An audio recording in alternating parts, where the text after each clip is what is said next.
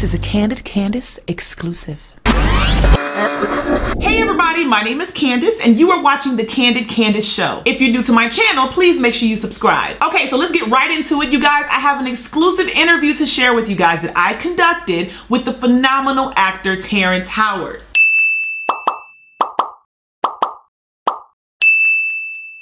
I was recently contacted by Terrence Howard's team, and you guys, it is truly my honor and my pleasure to have him on the show. Terrence and I had a very candid conversation discussing a lot of the things that he has going on in his life, specifically his scientific and humanitarian plans. Some of these plans he did discuss on the red carpet at the 2019 Emmys, but the people who interviewed him, they pretty much made a mockery of him, laughing at him about his ideas, pretty much making him look crazy. Well, I personally do not think that Terrence Howard is crazy, and I'm very happy to have him on the show and allow you all to really listen to him. When people are talking about things that you don't understand, you shouldn't laugh at them. You should listen to them and then ask them questions, and that's exactly what I did. And you guys, Terrence Howard is a very, very smart man. This book that he has and his new geometry that he's teaching and the technology that he is discovering, you guys, it's phenomenal. But I don't want to say any more. I just want you guys to watch the interview and allow Terrence Howard to speak for himself and show that he is not crazy. He's creative. Enjoy the show. This is a Candid Candace exclusive. But you said thank you to me, but I wanted to say thank you to you. Like, I really want to thank you just for being a part of my show, because I mean, I was honored. I'm like, you want to be on my show? I just tell my opinion and, you know, converse with my viewers. So for you to want to be a part of it, I'm just grateful. So I want to say thanks. No, you should, you know, anytime somebody speaks out the way you did, they should be applauded for it. And since you raised the question or was defending the sanity within this argument that I have, since you were holding a lot of that court, then I'm like, let's utilize the platform and discuss and talk about it. Okay. Mm-hmm. So you go ahead. This is under your tutelage now. Okay. I mean, so let's just jump right into the statements that you made on that red carpet. That was the Emmys, right? So yes. Okay, so I'm not going to read everything you said, just the specific points that I wanted to. So you said, I made some discoveries in my own personal life with the science that Pythagoras were searching for. I was able to open up the flower of life properly and find the real wave conjugations that we've been looking for 10,000 years.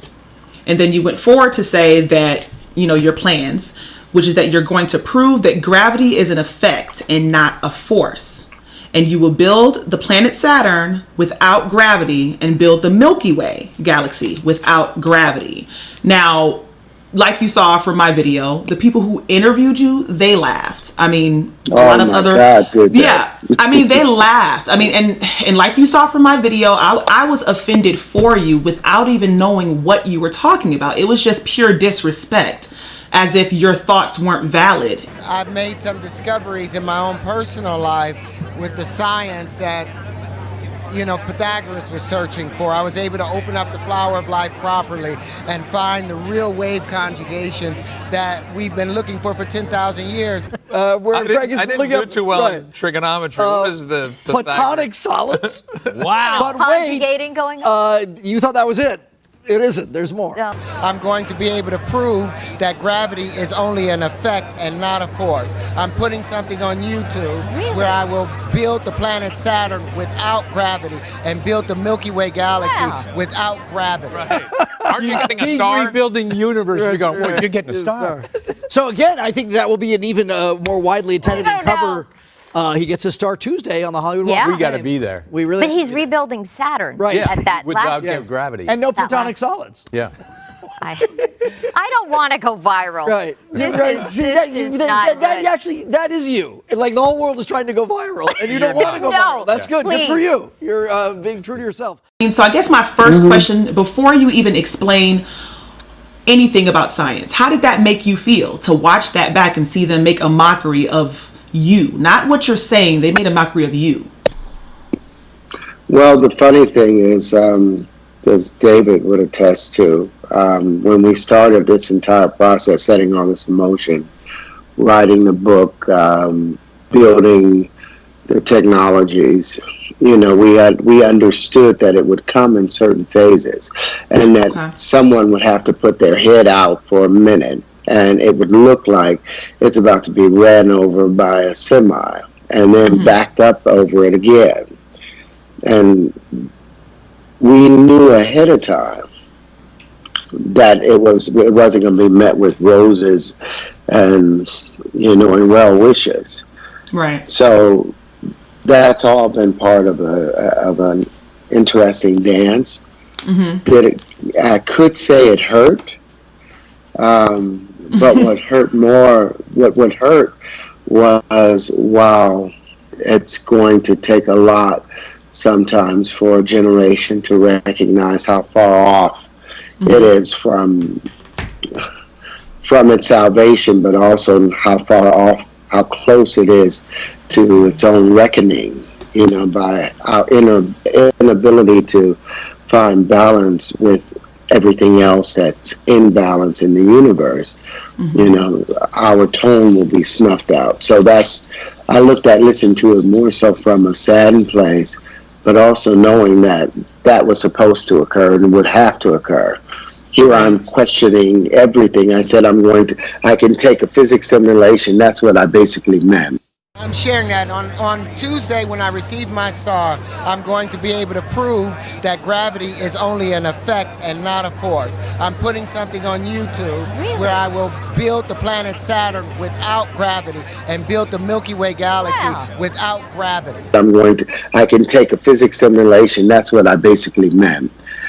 Some of the work that Chris Seeley has done, taking a physics simulation, the same physics program that they use at MIT, that they use at Princeton, at CERN.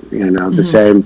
It's a very high tech program, and he was able to build the planet Saturn, or all of the effects of the planet Saturn, by just using a number of vortices and showing them in relation to each other. And it also, I don't know if you've seen the video.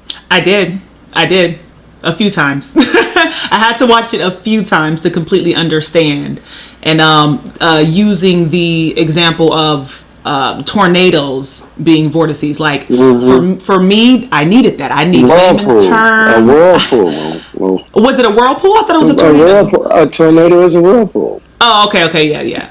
Just look further down it, but most of the times we don't get to see whirlpools, from a y-axis of it, looking at it standing up vertically. Right. You see the whirlpools, going down the tub when the water's going out. Yeah. But I mean, that simple word, vortices or vortex, like they laugh, like, ha, vortices. But then when you say tornado, they're like, oh, okay, a tornado. So sometimes I just feel like if you're using a word that perhaps we're not using all the time, or we don't hear a lot, or just a word we don't know, that's where the laughs come in. But it seems that it's perhaps them being uncomfortable with not knowing. That's just my opinion. No, I like the opinion. It's let them be uncomfortable for a time. I mean, when people are uncomfortable, they listen. They listen. Now, I would have thought, because I know I use vortices so many times inside the book too, because I'm always talking about these vortices. But it has so much.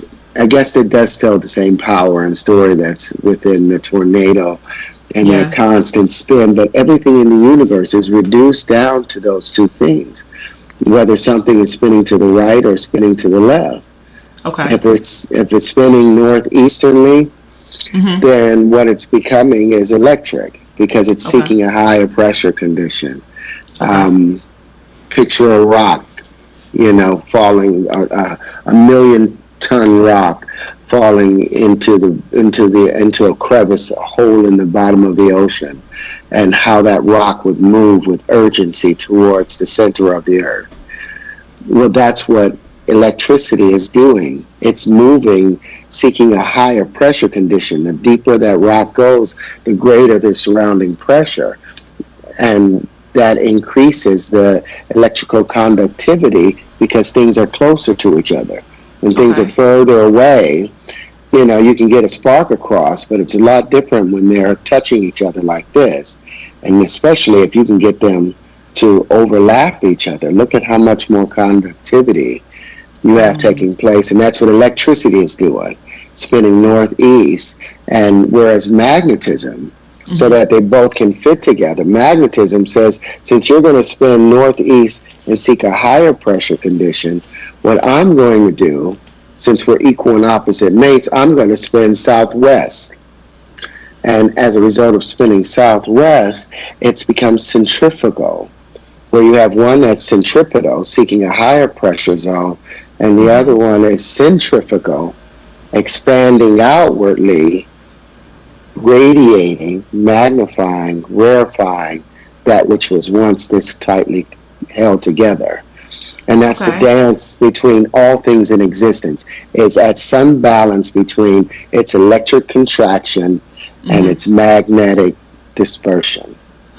Okay, so since you're talking about, you know, magnetic, so what does the idea that we've all been taught, opposites attract, would that be accurate then? Because that seems different. Well, let's look at it. You show me two opposites. Let's look at air, or hot water, cold water. If you have cold water coming down and you have hot water coming up, what happens to them? Do they just mix together happily, or do they do everything they can to avoid each other? Opposites don't attract in nature. Opposites repel each other. That's what nature does. It's the positive things. It's two people that are alike. It's their positive electric charge that brings them together. Like, wow, you're like me, I'm like you. Ooh, look at how we get along. Yeah. It's when they become opposites that their relationship, you know, we no longer see the same way. So I believe that we have been force-fed and deliberately misunderstanding and misconception of how nature views the very words we use. What is the reason for misinforming us? Well, the same way you give a child a certain amount of control while they're growing, you know, we'll tell them how to open up the door in case of an emergency, but we don't tell them where all the keys are, you know, because he might abuse those things because he doesn't know that if he opens up a particular door, there may be something dangerous behind it. So I think that humanity has been given a certain amount of leash so that we can have some run in the yard, but that leash is attached to a chain, and that chain has been ingrained inside of us to where we don't even question. No one questioned how the platonic solids. I wish we could pull up that. So we can get past the conversation, because right now it's still in this debatable place. Well, could it be right or could it be wrong? Let's get to some real stuff. Can we start with the flower of life? Because I know that's one of the main. I love that. I would love to start with that, because I mean I've already done my own research, but just for you to tell me, because I mean that was one of the main, you know, things that you said. You said you were able to open up the flower of life properly. Yeah, so let's walk through that. And the good thing about the flower of life is, remember, the flower of life it's one of the oldest symbols known to humanity, and on every continent that it occurs. And it occurs on every single continent. It's always called the flower of life, even in that language. So the platonic solids are descendants from this flower of life. It's them attempting to open it. Now, one of the things that I noticed with nature, and Walter Russell spoke about constantly, was all energy in the universe is expressed in motion, all motion in waves, and all waves are curved. So where did the straight lines come from to make the platonic solids, the tetrahedron? Okay. They just made straight lines through curved spaces where the circles were intersecting. But it makes sense. This made sense to someone thinking that the world was flat. Here again, no straight lines, but that they draw straight lines through. Okay. You see that you see what I'm saying now? Yeah, I'm looking at it. Yeah. This is the linear perspective of the universe, the linear perspective. And for the last 6,000 years, all our math and science has been built upon this. And therefore, the Pythagorean theorem, all of these things, all of the field equations that they have to explain the largest thing, even gravity, all of those things were based upon how these things move. So let's go to DJ, take them to, yeah, that's much better. Now, we decided to approach it from a different perspective. Okay. It was like, let's cut the individual pieces out and put them together according to universal ratio. So as you come down onto this, you'll see what happens when four bubbles meet. Mm-hmm. And this is the space that's left over between them. This is the space where the four bubbles do not touch. This is the negative space that controls them. Is that making sense to you? A little bit. I'm seeing it's literally the in-between spaces. It's the in-between spaces. If you were to take literally four balls together, or picture four balls in your hand, four marbles in your hand, and if you squeeze them as hard as you can and get them to where they couldn't move, there would still be a certain amount of space that's left over where they cannot touch. Okay. That's that negative space right there. Now this is what happens when four bubbles meet. Okay. Now remember, they had the square. Now let's go to where 8 bubbles meet.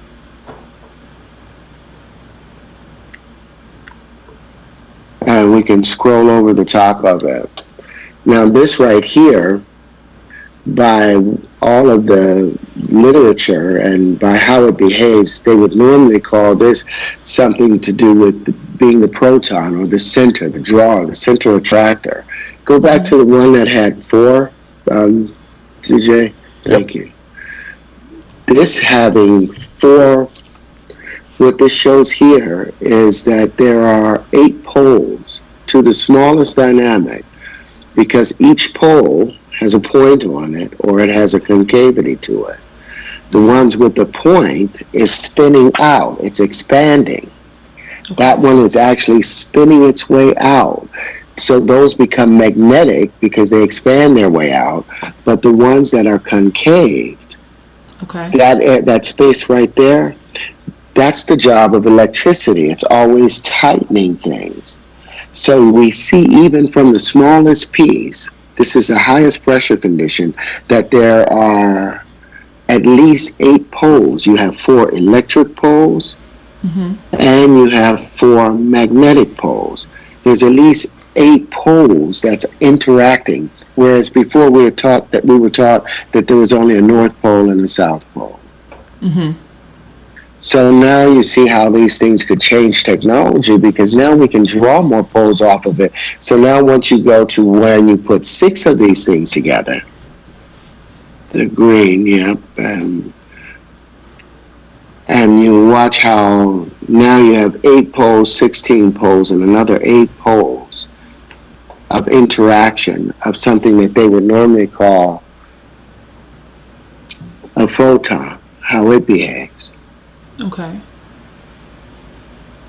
Now remember, the last thing that had 6 sides to it was a cube. Now you can imagine the things you can build with a cube. You can make a whole lot of, most of our world is built off of cubes. Can you imagine what could be built upon these? Oh my goodness. I'm trying to picture a house being this shape. That's what I'm picturing. I have to tell this story with it. Now we'll go to when 12 bubbles meet. Now, what's interesting with the flower of life, it's also been called the tree of life. And we all know the story about the tree of life, that mankind, that the Adam and Eve was blocked from getting to the tree of life so that they couldn't eat from its fruit and live to time indefinite. Okay.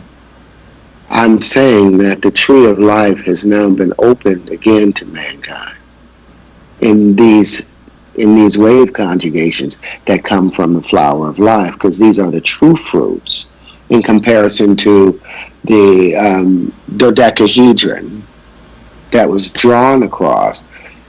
Now you can go to when 24 bubbles meet. And each one of these is just a different pressure condition. This pressure condition hasn't even been discovered yet. This is with how many? This is when 24 bubbles meet. Okay. This is the negative space where they contain themselves. This is their constitution. This is their province, the laws that cover whatever that small municipality is, No drinking after such and such. The bar must close at this hour, But this is a negative space of negative space. And I can show you, some of these things that I have here. And let me turn this around. Okay.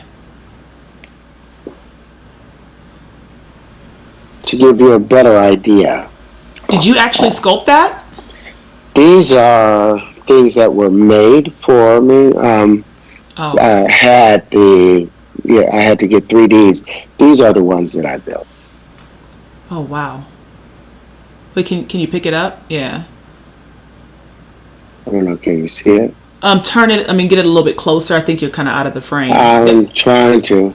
Yep, there we go. Remember, it's a delay on this. Oh, yeah. But this is what happens when 6 bubbles meet. A whole new geometry occurs. So and then, sorry, it's a little bit of delay. I know, I gotta go. I want to get back to just me again. Yeah. So, everything comes down to 2 separate sides. There's the magnetic side, okay, where 4 bubbles meet, which is the first thing that I discovered, which is an all shape. Because I wanted to figure out how many numbers. Like they said, 3 was the magic number. Mm-hmm.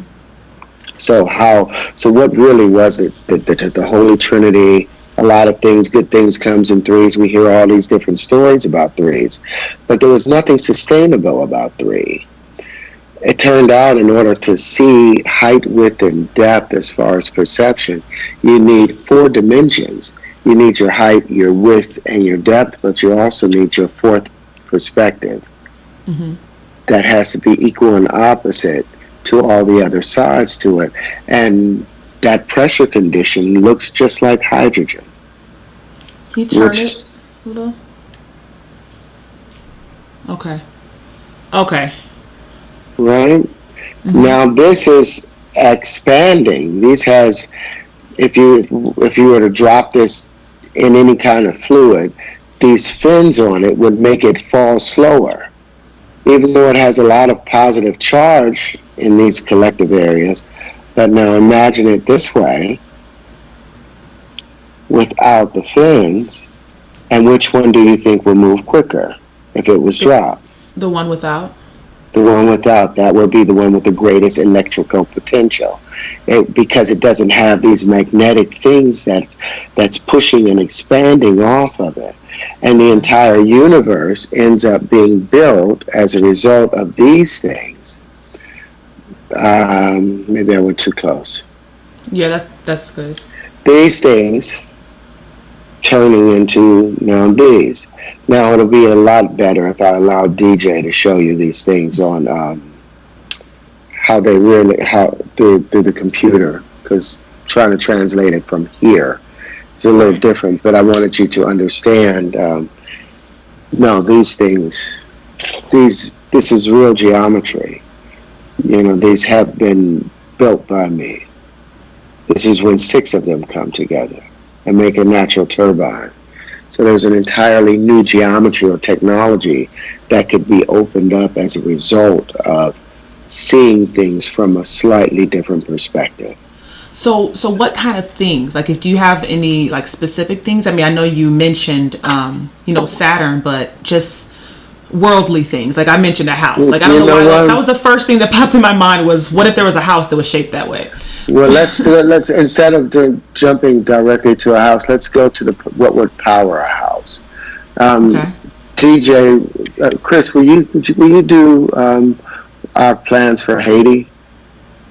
What we were thinking about doing for the deforested area inside of Haiti? Yeah, please bring that out. Okay. Because I know a lot of the questions that people have, like, okay, you know, Terrence has all of these ideas, but what are you doing with them? The one that you mentioned so far was Saturn. So I was just. Yeah, well, let's show you something. Yeah, go straight to the video. Just go straight to the video. This is Haiti. This is giving you let's walk through it. Let's walk through it. I'm sorry. Okay. There is a delay here. There is a delay. Okay. So this is Haiti. Okay. Can you imagine the amount of trash that's left from? This is all as a result of what took place at that terrible earthquake. They have not recovered. This is Haiti today. Let's go to the next picture. Now, what we envision is being able to take. Well, you went so quick. Sorry. I did. I'm sorry. I apologize. It is a long delay. You know, so here we have the potential peace that Haiti could have, but to the right of, to my right, is a book that describes a tall history of sugar, a tale of history. Go to the next page. Let's see how long it takes to hear that. So this is the desperation that the people are living in. So now these are the hurricanes that chase this island. Now, as a result of the Haitians being one of the very first islands to turn on their masters, and so they immediately was left out of any economic growth deliberately. The Dominican Republic, you know, which sits, you know, the green area, the Haitians have deforested all of their land. They have to in order to build a house, in order to find food. They've deforested most of their land, so they have no natural resources left that they can grab from. But this is what we hope to do now, since all of that area is free for the sun. Now, this was what could be. Let's go back, DJ. Yeah, that picture there. You got it. Oh wow. Yeah, this is what's taking place in the Dominican, and this is what Haiti looks like. So the economic potential for Haiti. Now let's go to the next one, DJ. So with utilizing the technology that we've uncovered, instead of having a solar panel that works as a solar panel, it's just flattened. Instead of having something working on wind, instead of having something working on piezoelectric or vibratory harmonics, this is what we will build, which will power more than 3 homes. Oh my gosh. Wow. Just let it play. That's a light unit. But all of the focus light, the energy is all being pushed to a center area that's going to also be affected by the multiple vortices that this thing, as I talked about earlier. And each change in pressure creates another kick in energy. And imagine this. Now let's go to the fields. And that's pulling. I'm sorry, it's pulling the energy from the sun. It's pulling solar. It's doing wind. It's doing piezoelectric. Piezoelectric is when you take like a quartz crystal. You wonder why the pyramids were made of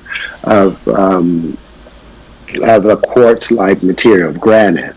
It's because quartz, when you push on it, when you put pressure on quartz, it returns that force back in an electrical charge. So you use piezoelectric just by having anything that changes the pressure on a quartz, you will get another electrical charge off of it. And then you also are able to get vibratory charges from its particular positioning. So play the video of having fields of the light units. This is on a building, but within a few years, Haiti would probably provide most of the electricity that is used in the Dominican Republic. And imagine the trade between them, technicians learning how to take these things to build these there. And these also will ultimately power something that could actually change the world itself. Yeah. But these are little steps. These are little steps. That's a big step. I wouldn't call that little. That's not little. But we can put that in. We'll put that in individual backyards, on rooftops, and everyone can have their energy for free. Well, Terrence, I know why they're laughing at you. They don't want this done. Of course not. Of course not.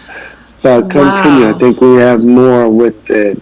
No, we don't. We can't do this one yet. This one is Okay. ultimately. We can. The air can become purified. It can take the energy from. We can. This is an energy amplifier in its own right, and it's all based upon, these simple standing waves. Mm-hmm. Just standing waves. Wow. And how the universe behaves, how it loves the standing wave and how it expresses itself. And no matter what, it's going to keep coming down to this one little piece right here. Now, can we take her to, since this is the all shape, and if I was to take 8 of these and put them together, they would look like this. And then I would stack them, and they would look like this. I don't know if you can see that. Can you take her to that, DJ? When the light column. Now, this is something that I built years ago. Wow, Terrence, this is amazing. This is fun. Thank you for taking the time. Yeah, the light column. Thank you. I'm just blown away. Wow. I get it here. Yeah, is it there? Yeah. So this is what's in my house. What I just showed you. Yeah. What I just showed you, this is a real thing. This is what happens when when eight all shapes come together and they stack upon each other. They begin predicting the entire wave field. Now, all of that potential, the purpose of that is all of that potential can be tapped now. Okay. Every place where you see a light going off, that's a vortex. There's a small tornado happening there. So you can tap onto that energy for free. That's what this is. This predicts all distribution of matter. So now let's take her to the to the piece that DJ's work, DJ and Chris's work. Yeah, let's go to the actual.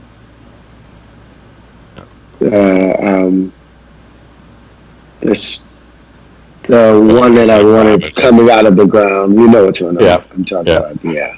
Yeah. So right there. But that also not. Yeah, there it is. So that is this right here. Okay. This is it in. The model. And then this is it if we put it in virtual, and it's spinning. CGI? That right there is CGI. What I showed you before was something built. Yeah. It's interactive. But this is interactive. This gives you. Can you do it from the top perspective? Yeah. Oh.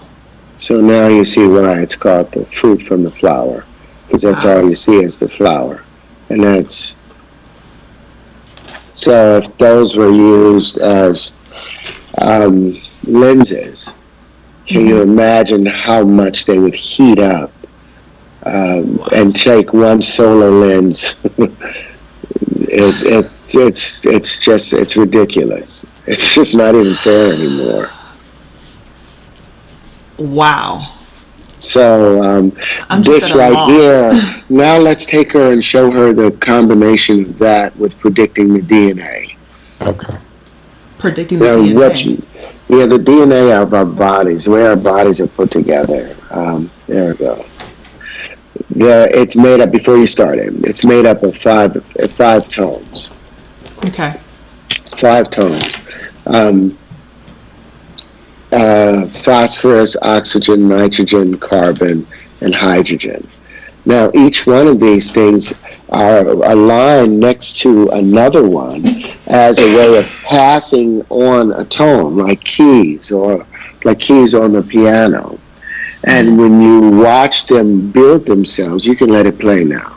They naturally build themselves around this structure you were just looking at. Okay. This is the hydrogen, the nitrogen, the carbon, the phosphorus, and the oxygen bonding and communicating across our DNA, following these same shapes, which happens to just fit inside of the rift, that makes up our entire galaxy, the wall of our galaxy, that great rift.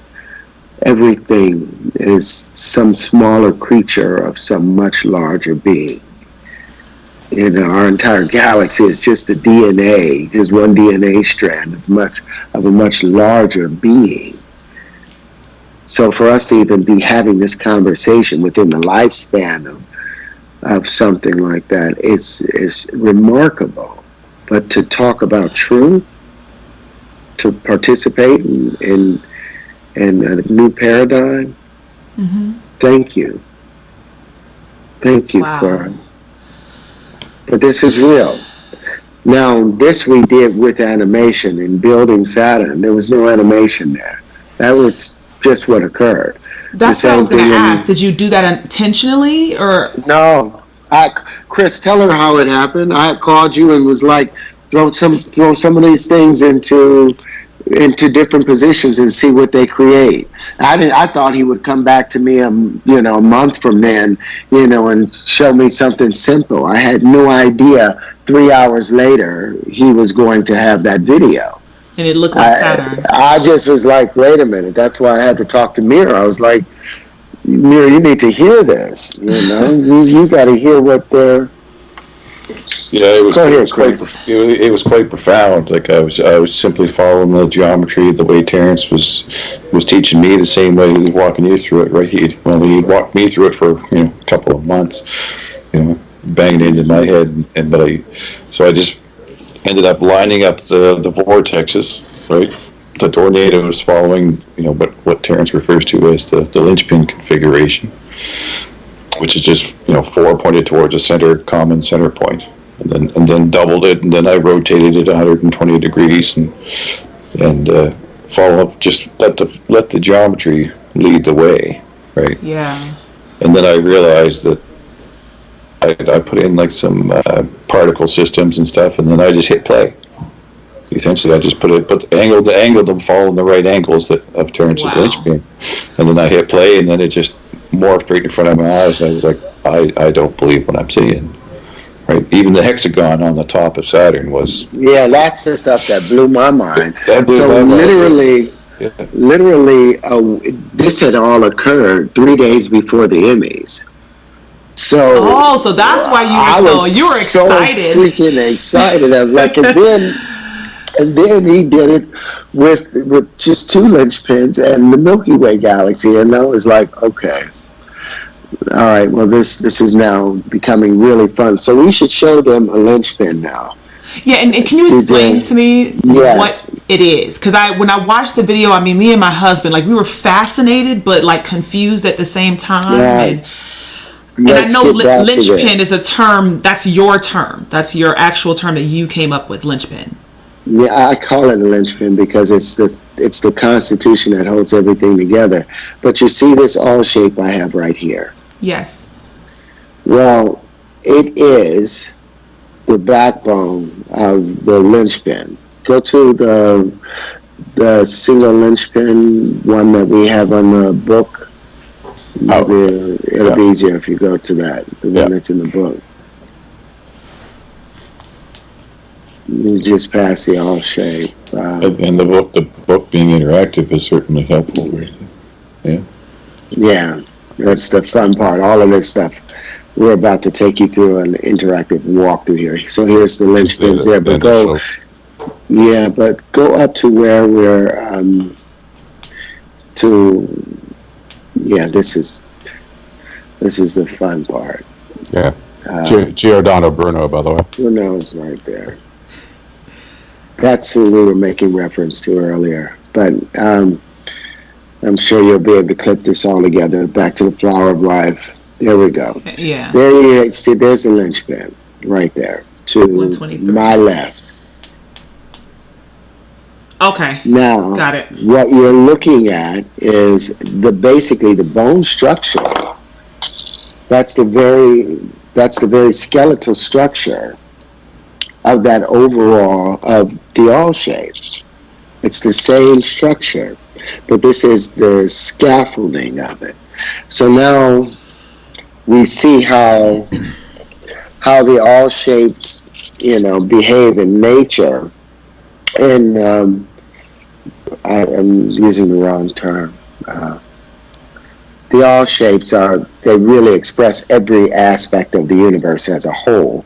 When you're describing magnetic fields, and where the unshapes, I call them, the electric parts describe the electric field. And these two together end up telling the entire story. So, but the center of each one of these all shapes, like it's 8 that made up this one, is the linchpin. So show her the linchpin now while I'm holding this one this way. And you can see the 3 points on it, but then just go to the linchpin in motion right there. Which one? Can you put the cursor on which one you mean? Yeah, this one right here. That's the linchpin right there. Because I have it pulled up here on my tablet too. Yeah, pull it up. Now you'll see here 4 of the linchpins coming together.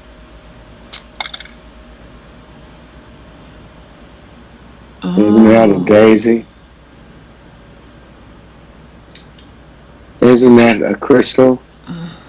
And what's interesting is 4 of these coming together will bond with another set of 4s and will bond and make a much larger structure, and they'll keep making a larger structure, but they'll still have that. So now let's show what happens when 5 of them bond. This is what I'm saying is a common factor of all things in the universe. This is 5 linchpins coming together, which is basically all shapes.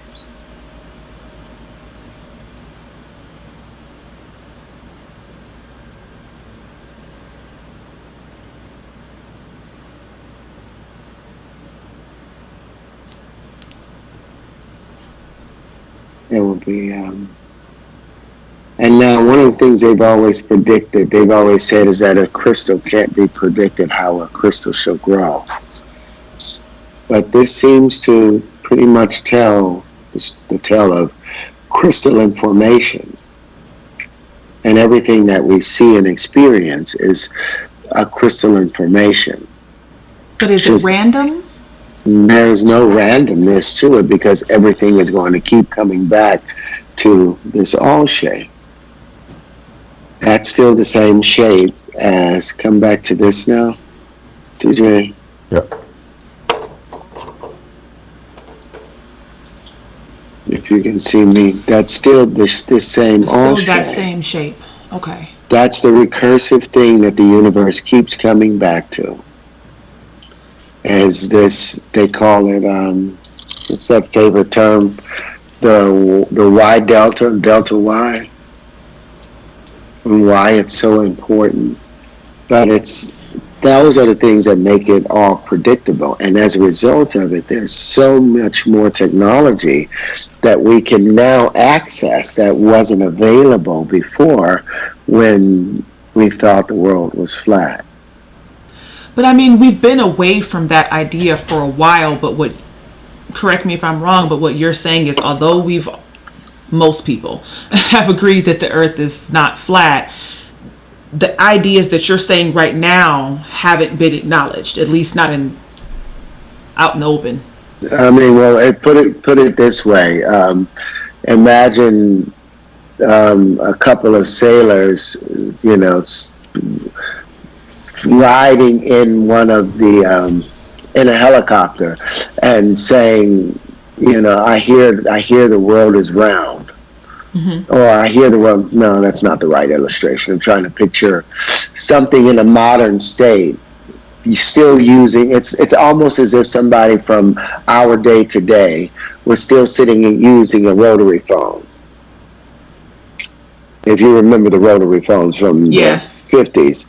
If somebody today was trying to run their entire business, the entire world, on rotary phones, when this technology is available right here for us to do this, or they were doing telegraphs still, when we have this technology available, what the door that this new understanding opens, and it absolutely frees humanity from this two-dimensional grasp that's held us for the last 6,000 years, if we want it.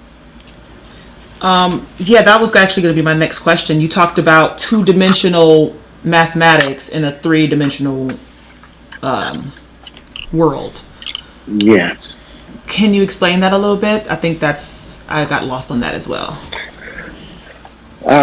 What we just talked about before, when in our math, you remember X and you remember Y, right?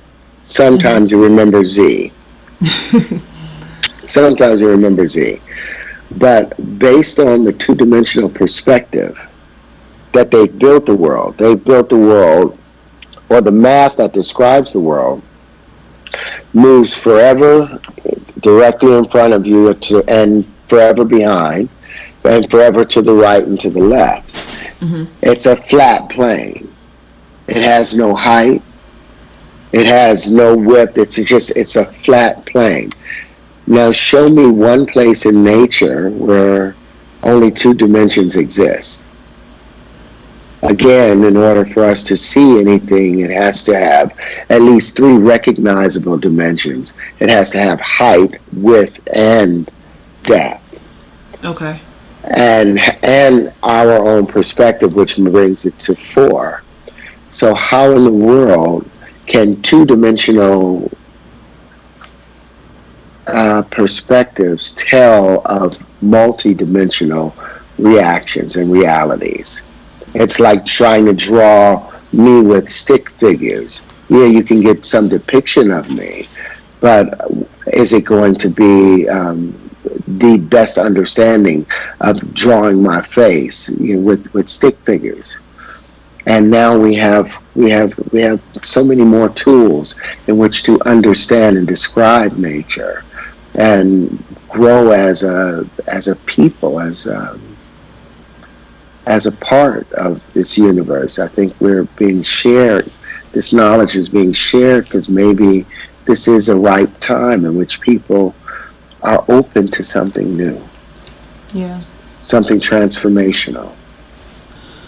So let me ask you this. I mean, we've already acknowledged that, some people are laughing or, especially after hearing what you're going to do in Haiti, there's a lot of... That's what we hope to do. That's what you hope to do. But just those ideas alone, I can imagine, corporate, businesses and power companies, they're not going to want that. Now, of course they don't want it, but otherwise the earth is going to wipe us out if we don't make a change. Yeah. If we don't do something quickly. I would rather have to take on the full wrath of the corporations and their anger, That's why we didn't charge anything for the book, because the truth is free. And this is more of a shout out. Hey, look out, something's coming. But hey, there's also some help that's coming along the way. Yeah. There's now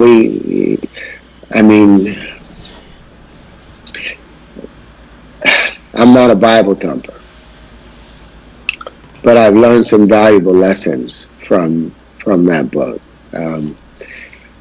The idea that the children of Adam stood there for 1,637 years, according to the scriptural chronology, from the time of Adam's creation until the flood came, and that flood changing the world, the basis of the world. But it's thought that the children of Adam used to run and hide and look to see past those two angels that with the flaming sword spinning, and trying to get glimpses of the tree of life, just glimpses at its fruit. And so many of the great men, the men that we hold in great honor today, like Da Vinci and Newton, who had to practice this art of opening the flower of life in the privacy of his home late at night, for fear that if it ever got out, this was alchemy. This was heresy, high heresy. And now you guys get to see it. Everybody in the world gets to see that which was held sacred and quiet for so long. There's a reason behind it, especially happening at a time now where people are questioning everything. Oh yeah. I've questioned for the last 10 years, why has it been that for 6,000 years we've worshipped only this male deity, as if a man can produce a child and can produce a son by himself without an equal and opposite female. So what happened to the feminine deity? What the equal and opposite, since everything in the universe, and my studies, what I've come to realize is everything has an equal and opposite mate. Even on our periodic table, if you look at carbon being that perfect balance between helium or neon, it has 4 steps it goes through, 3 steps it goes through before it gets to that perfect balance. It has a +1 on the helium side, and that's immediately balanced by a -1 on the neon side. And so that -1 is fluorine, and the +1 is lithium. And lithium and fluorine balance each other out. The +2, the next step up, is beryllium. Well, its equal and opposite mate is a -2, which is oxygen. If you are in a room and you need to breathe and some beryllium comes in the room, grab as much air as you can, because the beryllium is not going to let it go. You will suffocate in the room with beryllium because it wants the oxygen. That's its natural mate. That's its baby. It's taking it. The same way, the next step up, a +3, is boron, and its equal and opposite mate is a -3, which is nitrogen. Nitrogen and boron, we use boric acid to kill roaches. So we know that we stay away, but that's the natural balance between nitrogen, and it ends up being perfectly balanced, those two forces squeezing on each other at carbon. And that's why carbon is the same exact color as hydrogen, because hydrogen is just carbon under a higher pressure condition. Then the next pressure condition, the hydrogen becomes carbon, and then it becomes silicon, the same color yellow. And it all has +1, +2, and +3s. What I'm saying, everything like as above, so below. So if everything within this physical universe has an equal and opposite mate, then on a spiritual place, it would have an equal and opposite mate. So now I understand the possibility of why there's so much feminine anger taking place now. Look at that deity that's been vilified for 6,000 years. The first blame was placed on the woman. So I think this is a time in which a lot of understanding is going to be revealed, and that's the frightening part. Because no, this doesn't just question the standards that we've learned our math and science. It's over for them. This is their foundation. Their foundation was the flower of life, flat. Okay. They never thought someone would turn it into three-dimensional and prove them wrong. So that's a wrap on them, regardless. That's why I've said I'm down to debate with anybody. You know, they'll have equations, and I'll be like, no, let me show you what it looks like. Yeah, I took a look at your Oxford University interview or presentation that you did, and I noticed there was some pushback, you know, during that a little bit, but it seems that you're used to it though. It's like I said in the beginning, it's not a fair fight. I feel sorry for them. Well, I mean, because you're so confident with the math. Proof. No, it's just I'm confident in following the geometry. It's like the rest of them are walking, and they have to be on the same mountain because we're having this conversation. But maybe their eyes are closed. Maybe they're not allowing themselves to see the connections, or they don't want to see the connections because there's a lot of other things attached to those connections, you know, and to question all of that. Yeah. Well, I mean, you mentioned spirituality. You can answer this or not, but it does make me wonder, what are your spiritual beliefs or religion? Do you subscribe to any religion? And you're talking about a lot of science. And I know when I did my video, everybody typed Scientology. He's into Scientology. And I just want to know, what are your thoughts on that? What I've come to discover,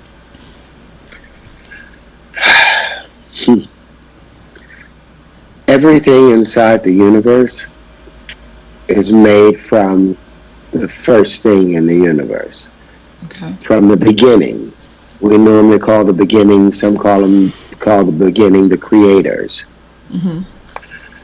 We are all collectively, actively participating in this act of creation. I believe that collectively we all make the true God, the true being. All things, not just me, but even the plastic, the polyethylene that this has turned into, it's still vibrating at the key of E. And that means it's breathing in and it's breathing out. Positively charging, breathing in, negatively discharging, breathing out. Spinning northeast, breathing in, spinning southwest centrifugally, breathing out. It's still alive, and that means everything is alive. There is no dead. Everything is participating in this thing called creation. We are all sacred. And once we recognize that all things are sacred, then maybe we will vibrate at a slightly higher rate, because we'll see the peace of God in ourselves, and everyone else will see it and act accordingly. Because I did notice in your book, in the you mentioned, you know, the creator, and we're all one in a sense. And I don't want to misquote. I wish I had it up. You said, once you know one thing about, what did you say? One thing. If you know one thing about one thing, then you know one thing about all everything. things. Yeah. Find the common factors and either multiply or divide. And that's your quote? Yeah. That was very profound. I was like, okay, I know everything, basically. That's what I took from it. You do. If you know, I know everything. Let me tell my husband real quick, baby, I know everything. Does your wife get away with that? And that's another thing. There's another thing that happens that a lot of us don't realize with women. At the point of 3 months of gestation, when a woman's body recognizes that this is a little girl, it floods it with estrogen. Now, that womb being flooded with estrogen, it causes the connections between the right and left hemisphere of that little girl's mind to expand. A child, a little girl, a woman at all times has more connective use of her entire brain than a man at any given time in his life. because that's what estrogen does. It allows you to see so many different perspectives, and therefore a woman will learn how to, little girl learn how to talk faster, learn how to walk, learn how to communicate. But then it also makes you so aware of all the consequences that could happen. And so now you need a gang of counselors to talk things through. You got to call Shirley, got to call Pat. Well, Kelly said this. All right. Then you'll come up with a solution, and then you'll question it again. Just looking for, this is what I've noticed in the women in my life. But now when the woman's body recognizes it's a little boy and floods it with testosterone, it causes this little area inside the brain. I like to call it the locus ceruleus. They say that they haven't drawn the natural connection to it yet, but it's a thing that have these tentacles that's coming out of in the brain, and it causes a man to have this myopic view. And so if he thinks one thing, he's going to run right at it.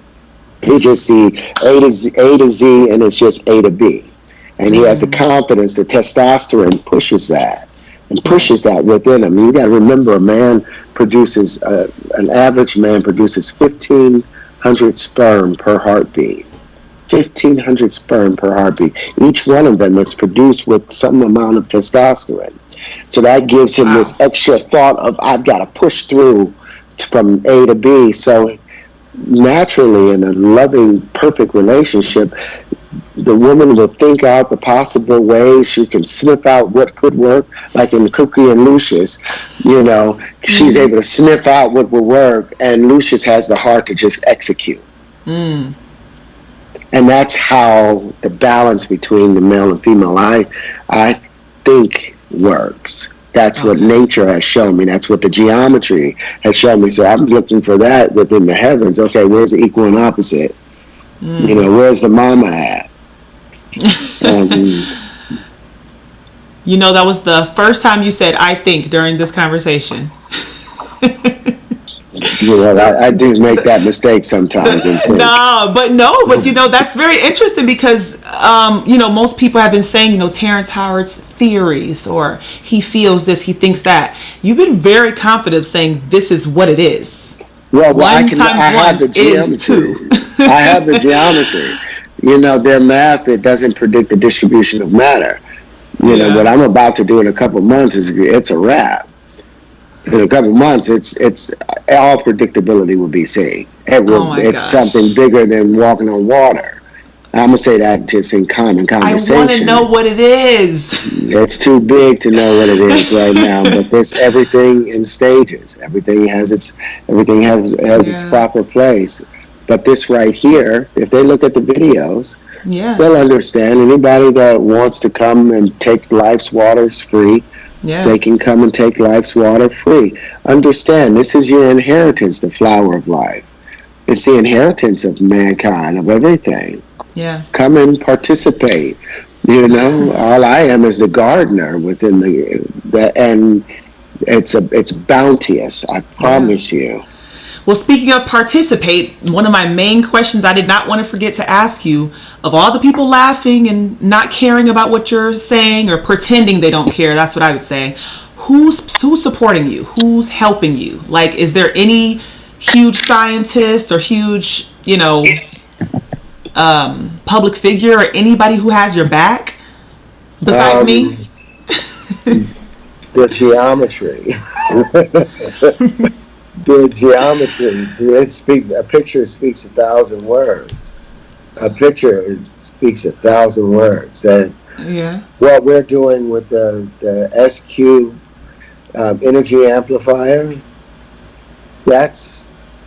I don't need any more conversation. I don't need to explain anything, or I don't need anybody on my side when the truth is on your side. No, I mean with your plans. It's going to take money and plans to do all of this, or actual other scientists to really help. Because scientists are acting like they don't understand what you mean, but I'm pretty sure a lot of them do. So you don't really. Help. We don't need anybody's help. We got it all covered. I know that's right. All those bases have been covered. This is the implementation. So you say you don't need anyone's help, but if they want to, would you be willing to open up to any type of help, whether it's financial or anything? Or do you feel like you want to do this on your own? No, I'm willing to open up and to share the truth that's been shared with me. Okay. I'm willing to, what someone does with the fruit from the flowers, what they do with it. Right. Everyone else is responsible for how they behave with it, But I'm just a gatekeeper. Everyone's welcome to come and take life's water free. I like that, and I think that's the best part of it. I mean, as soon as I saw that your book was not for sale, I think that's really what got me. I'm like, okay, yeah. Because a lot of people say they have something to say, but then they're, selling it. Yeah, one of the things I remembered about, like I said, I'm not a Bible thumper, but I remember the stories because for a long time I learned a lot about life. I often wondered why the Messiah or Jesus in the Christian story didn't turn the bread into stone just to feed himself. Mm-hmm. Why he really didn't. And then I'm thinking about it, it's like you're never supposed to take a gift that was given freely and charge someone for that which you were given freely. Mm. That's abusive. You never turn bread into stone into bread to feed yourself. You can feed others with it, but never to feed yourself. And I've lived by that. Wow. And as a result, the universe saw kindly enough to allow me to uncover and open up the flower of life itself. The same thing, what's funny, the same people that are laughing now, if Da Vinci was around, if Copernicus was around, if Archimedes, if they were all gathered into a room with Newton and with Einstein and all of that, everyone would be quiet right now, raising their hand, asking questions about the geometry that they desperately were seeking to understand. The linchpin to the Pythagoreans believed that the dodecahedron was the most powerful and all-telling of all geometries. This is where 12 met 5. And so much so that it's been reported that if one of their members were to mention dodecahedron outside of their private meetings, that person should be killed on the spot. What they were really looking for was a contracted dodecahedron, which is the linchpin, which is the source of all things. It is the fractal. That's why when I made that $1 million thing on Andy Cohen, I had said I'll give $1 million to anybody who can build a better common factor of the universe than me, because it was a fixed price. Yeah. It's a wrap. It's a wrap. I'm sorry if I sound confident. I got the truth and God on my back.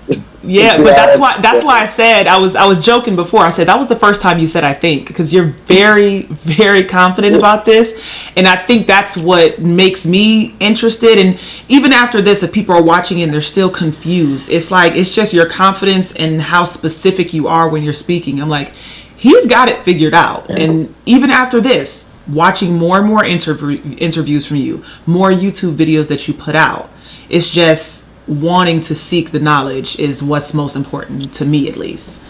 And you're talking to somebody who's obviously not a scientist, but I'm just fascinated. I think that's the best word. But I'm not a scientist either. I'm just somebody who's curious about how everything works, and when I was a kid, I just wanted to know how did it all work, and it all comes down to two things interacting. Yeah. And the entire universe gets reduced down to what happens when 8 bubbles meet and what happens when 6 bubbles meet, and how those interact with each other. Because each one of these have a pole, a vortex, a tornado spinning around it, unwinding.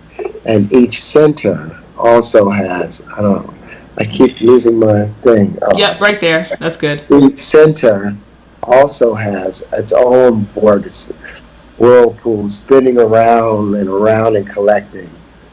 and how they bump into each other like waves crashing, moving in opposite directions. That's how everything in the universe is just some stage of a wave crashing into another wave and resolving.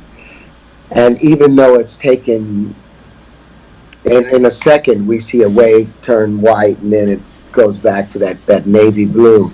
That's a second. Well, our entire universe has been just the result of two waves crashing into each other, and it's all that we see is this foam that's about to disappear, but this has been lasting for hundreds of trillions of years. I'll say this last thing, just because I know somebody's going to take offense to what I just said there.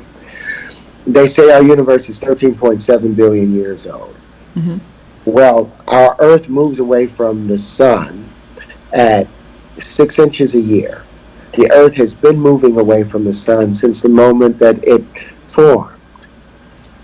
That means every 10,560 years, the Earth moves 1 mile away from the sun. In order for the Earth to be 93 million miles away from the sun, that means the Earth would have moved 982 billion, 80 million years. It would take 982 billion, 80 million years in order for the Earth to reach 93 million miles away from the sun. Well, that means that's linearly. If you just added 6 inches a year, but wait a minute, well, how then did the Earth, they say the Earth is only 4.6 billion years old. Well, that means that it would only have moved about 341,000 miles since its creation. Now, the Big Bang happening 13.7 billion years ago means that at the moment of the Big Bang, the Earth was 91 million miles away from the sun already, which doesn't explain Jupiter or Mars at 143 or 40-something million miles away from the sun. It would take 1,549 billion years for Mars to get to where it's at. It would take 5 trillion years linearly for Jupiter to be where it's at. And the furthest planet away from us, Neptune, you're talking 29 trillion years at a similar rate to 6 inches a year. And they say that our Earth is on, the universe is 13.7 billion years old. So throw all the science classes away, basically. I'm saying just take a look and add it up yourself. And that's looking at it linearly. You got to remember, it unwinds like a corkscrew. That's 6 inches, so it could be even much larger. This is me just looking at it 6 inches. So you really could wind up the entire galaxy and wind up all of the galaxies and get to the true age of the universe. That's what this technology allows us to do. So what is the true age of the universe? Well, from your science, the scientific discoveries. Just looking, all I can say is that our Earth is at least 982 billion years old. That is at least 982 billion years old, and we have another 38 billion years before we move out of the Goldilocks zone and are at 98 million miles away from the sun, and where it become really cold and unable to recover from the cold. And each time we go further away, we'll be at a lower pressure condition, and everything will expand like, nitrogen coming out of the ocean. When you come up, you have to slow down because the nitrogen wants to expand and they want you to equalize before you come out of the water. Do you know what I'm talking about? A little bit, slightly. I'm just trying to follow you. It's called the bends. It's called the bends. So likewise, as the Earth gets further away from the sun, it moves into a lower pressure condition, and therefore the nitrogen expands more. Okay. Ultimately to a point where it can no longer be held by the vortices that hold our Earth together. And so we become like the planet Mars, pushed further away from the sun, and at the same time, Venus is slowly moving into this place. And in 271 billion years, Venus is going to be right here at the Goldilocks zone, and all of this life will happen all over again. Oh my goodness. That's just how simple it all works. It's just the truth, and I'm sorry if it messes up a bunch of books. This is the truth, and this is the geometry behind the truth, and it can be tested. Any person that hears this can go and wind up our solar system. Now, can I ask you this? Would you? I know you said you're retiring from acting, but everything that you're, letting me know now, and everything you're teaching, everything in your book, would you consider doing either a documentary or a movie, just because the average person may not still grasp it just from you discussing it, just from reading the book? Is there any type of other documentary type of project you would do for this? Just because I think some people may learn it a little bit differently if it's in film. Well, like the scripture says, let him that has ears hear, let him that has eyes see. Okay. I've spent enough time communicating in that void. That is a true void. Okay. With a lot of agendas, and I'll rather use the sunshine and the space that's provided, and those that need to hear will hear. Yes. And those that the flower calls, that the Father calls, they'll get the message and they'll move on it. That's just what I'm waiting for. I just like participating in showing that the way to the tree of life has been opened. Come take life's waters free and see where it leads you. Read the book. It's working. I'm gonna read it all over again, but I'm gonna read it out loud so this guy, my husband, he can explain. I mean, follow the prompts. You got to follow the prompts in it. That's each one leads and explains itself, because I know these are seemingly complicated things, but all I'm talking about is one thing spinning to the left and one thing spinning to the right, and it just happened repeatedly. Yeah, I still need to read it again. I'm gonna just be honest. I need to read it again. Or even your at the very end, where you're not showing the platonic solids, throw all of that away. You have your own, and then you named them. I did notice, you named them after you named them. With your wife. Your wife's name was in there somewhere. Yeah, I think I might have saw your son's name in there somewhere. Yeah, my sons, my first two daughters. I mean, how do you think? Well, why shouldn't I name them after my children? No, I'm here for it. Listen, I'm not saying I don't like it. I'm just saying I acknowledged it. I'm like, okay, wait. He's writing his own. Well, not your own, but you know what I mean. You're naming it on your own. Yeah, well, it discovered me when I was by myself. So, and that's how the truth behaves with you. Nature is a very jealous God, and she only reveals her secrets when you are alone with her, and she reveals them in whispers. You have to be open. You've got to be listening. You've got to be looking for it. Your heart has to be churned just right. But once that truth hits you, that bell of purpose, like I mentioned in the book, that's my joy. That little boy that asked the question, why does a bubble take the shape of a ball? Why not a square or triangle? That little boy got his answer. And when I asked God, how does everything work? The Creator was like, yes, this is how it works. And not only, I'm going to let you share it with everybody else. I'm going to give you this big platform as an actor. And I'm gonna make you a loudmouth on top of it. Oh God, I hope that's what I'm saying. I hope I do it justice. I mean, I appreciate, and I'm looking at you. I just want to say this, just the joy on your face, and I'm sure you love acting. I mean, because you're phenomenal at it. But the joy on your face right now, that's everything for me, at least. Just as a fan. Now you got me tearing up, because I'm actually. The truth is, when you you can't, everybody knows when you're in love.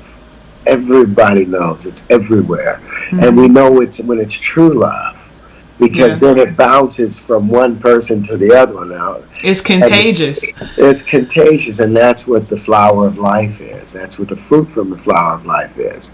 It's contagious. Once you know the truth, once you look behind the curtain, to hell about going back to Kansas. I don't need to go back to Kansas anymore. I got me a tin man and a straw man as my buddies. And I've got a lion next to me. No, we're gonna make good with this. We don't need to take the blue pill. There's a lot we can do with the red pill, Yeah. So thank you, and I should have shown more of the videos and all of that stuff. Can I tell you something a little off topic? Go ahead. So my dad, he's a pastor, and he said he went to high school with you. John Adams High School? Yeah, I went to John Adams. Okay, because I did not believe him. I said, Dad, I cannot say this to him. He's going to say I'm a crazy woman. No, because the fact that he mentioned John Adams, because they closed John Adams like 2 years after I was there. I was there in 7th grade. Yeah. And then I went to Jane Addams. Yeah, I was just about to say that. So my dad said you went from John Adams to Jane Addams, which is the School of the Arts. Yeah. And I even wrote it down. He says that you guys grew up on 93rd Street between 116th and Union area in Cleveland, Ohio. Yeah, that's for real. Yeah, he gave me a picture and everything. I wish I would have had it ready. I guess I can try to email it to you or something. But he has a picture of you at the lunch table and everything. And I'm like, Dad, that's not him, but I believe you. 105th Street, that was the main street that went east to west, went north to south. East and west was St. Clair, and that was. I'm glad you just put a little smile on my face. Yeah, that'll make my dad happy. I'm telling you, hello. I will. I was, young, so I don't remember so much about Cleveland. But all I remember is getting those Polish boys from one of those spots over there. And he would always take me to get this huge hot dog. And I'm like, is that a Cleveland thing? I don't know. Polish boy. Yeah. You just made my heart warm. Well, I'm glad. Because you have a big smile on my face right now. So I'm just I'm happy. I'm happy we did this, and regardless of anybody's response, I'm happy to have had you. I tell you this: I do not expect anything less than the best from humanity, and sometimes you get your best when humanity's at its worst, and they'll speak from their heart, and then once they speak from their heart, they'll consider what their heart has said and make adjustments, with their own heart talking to them slowly along the way. That's all we can hope for, is that we'll encourage each other and ourselves to a better place. Right. But the geometry is there. It's a blessing to have those two cherubs moving out of the way, and welcoming. I mean, we have to see that it's a welcoming. It's like, here, come. This is here. There's so much we can do now. Well, I'm excited to see what you do. I really am. Yeah. Maybe once you reveal it, maybe you can come on back and talk to me again. That's the fun day. But I'll tell it this way. On that day, we will predict all distribution of matter. Wait, of matter. Really? How? Something very simple. We've talked about it already. Don't you give me a riddle. Okay. I'm going to watch this back and I'm going to figure it out. Yes, you should. All distribution of matter. My husband has a guess. Can we give him a guess quickly? Yeah, go ahead. Come on, babe. Come on in here. Come on in, babe. All right. Here he go. I'm listening to you guys talking. I'm bursting at the seams over here. I have so many questions. But here's what I think it is. When you showed the model of the DNA in the tower, I noticed one thing. We went to the top angle, and it looked like there was a square there, but it was like a matter of perspective. It was kind of like an optical illusion. And then so when you put the DNA in, and it's kind of like a sifter inside the tower where it's rotating around the linchpin, but you have all that. Come on, babe, you got it. Get it out. Get it out. You just said it. You just said the words just popped out of your mouth. Yeah, you said it. Yeah. All the matter is like kind of rotating around the linchpin, right? And then that's how the matter distributes itself, and then it interacts. It interacts with each other, kind of like when the scientists are like baffled. What happens to the particles when it gets on the other side of the double slit experiment? Then when we try to take a peek at like the symbols, oh my gosh. Well, no, I'm with you. I don't want my phone to die. Okay. Oh my God, you got it. I feel like I'm just mumbling now. No, you were smart. You were dead on it from the start. You were dead on it. And your wife, in her first video, hold on, let me plug this up real quick. Sorry. Ooh, that was about to die. That was about to I'm glad you caught it. I caught it because I did about to go. You said me in my first video? Yes, and the video where you were defending, where you set up and defended me, you said, you know, your husband, who's a really smart guy, said this guy may know what he's talking about. Mm-hmm. And I was like, wow. So when Chris reached out and talked about you, I was like, yeah, I definitely want to participate. I would love to go on and talk. And this is the first time I've actually gone and talked about it. Oh, wow. On any kind of platform. There's certain aspects of it I'm not going to talk about. I understand. That can easily be read about. Oh yeah, understandable. But what my hopes for Haiti is really the hopes for the entire world. Yeah. And ultimately, there's so much that's available now. I'm excited. When I said the DNA, we can now control the DNA. So consider that. I'm sure your husband has an understanding of what I'm saying. Oh, he's over here. He's over here. You couldn't see him. He's just over here like he does have one question. I know you said you don't need anybody and you've got it. No. Well, the only reason is he's like, what can I do to help? Because the thing is that it's just like when I started reading the book and I started reading your material, and like a lot of the things that you were saying, like I've arrived on the shore of those concepts before, if you understand what I'm saying, and it's just like, but it's easy enough to, like I explained, in taking the flower of life apart, piece by piece. And putting those pieces together according to relative universal ratios. Mm-hmm. Those numbers always repeat themselves. So any piece that you want to take from the flower, you can put together. Now they come in basic shapes and forms, but you see that in this. Mm-hmm. And I wish I had a pointer, which I don't have anything I can point with. But all of these shapes, me taking this full angle from here, oh my God, to here. Mm-hmm. Hopefully I'm up there. Basically, speaker is off. Can nobody hear me? No, I can hear you. Yeah. Okay, I just can't hear you guys. Well, it's basically, I can't see myself well, but it's taking that piece. Mm-hmm.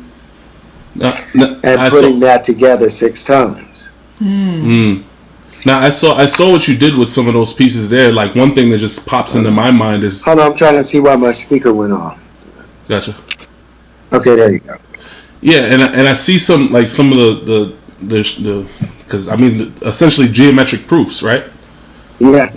Right, and I just think, what if you was to take some of those shapes and apply maybe like a graphene lattice to it, a graphene with all of its, extra proproperties, and then you could.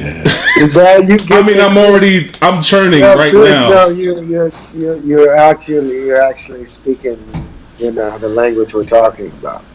Yeah. I told you. I said that's why I wasn't joking in my first video. I said, let's just put it this way. Since I was a kid, she'll let it out my giggles, but that just made me giggle like a kid, right? Yeah, I just from since I was a kid, let's just put it this way. I've always been looking for correlation, and like things like this. So it's just like it's pretty. That's why I said those who have ears will hear, and they will ask more questions. And as long as there's questions, then I'll have answers. If you ever reach a point where there's no more questions, then we'll bless each other and go on our merry way throughout the universes. Mm-hmm. Yeah. You're talking to a guy who took a computer apart at 6 years old and put it back together. Yeah, I took apart my first one. I was like 9 because I wanted to see how it worked, and he's that guy. And I'm interested in physics, quantum physics, like all those. I'm not a scientist, but I just my thirst for curiosity. And you realize that the rest of them that has all those titles, they're not scientists either. Because a scientist is a critical thinker, which you are. A scientist isn't an intellectual who just wants everybody to know what books he's read or she's read or what projects she's participated in or has sat on the chair of or how. Nobody really cares. I don't want to see an equation. Show me the geometry. Show me the geometry. Yeah, blow my mind. Blow my mind. Well, you've already blown our minds. I've always tried to do. Put two all shapes together and see nature. The evil eye, so-called, of Egypt. And see what the love from it, what the real space of that. And just how the universe really works together. I'm happy. I'm really, really happy to just say, come on, y'all, ringing the bell. Come on, let's eat. Let's eat.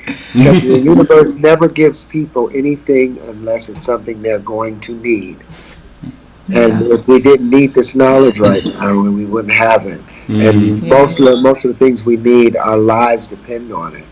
So please share. Come, just consider what's in the book. Yeah. And maybe become a race that the universe wants to preserve. Yeah, and that's how I felt when Chris emailed me and it said, Terrence Howard request to be on. I'm like, this is coming to me for a reason, so I'll take it. Everything happens for a reason. Amen. Well, have a blessed night, and thank you guys so much. Thank you. Oh, most definitely. And tell your wife I said thanks. I know that was a long conversation. Yeah, this is good. And be as kind as you can. You'll have me looking crazy. But No. Crazy is as crazy does. Right. I've seen some crazy things, but my God, the geometry, they say it's same. I don't see anything crazy about this. It's all interesting. Fascination is my word for tonight. Well, DJ, will you send over that proposal? Yeah. Or at least the video to, at least some of the video to it, so she can be able to talk about it. Yep. Okay. Thank you. Well, thank you. Good night. Thanks, guys.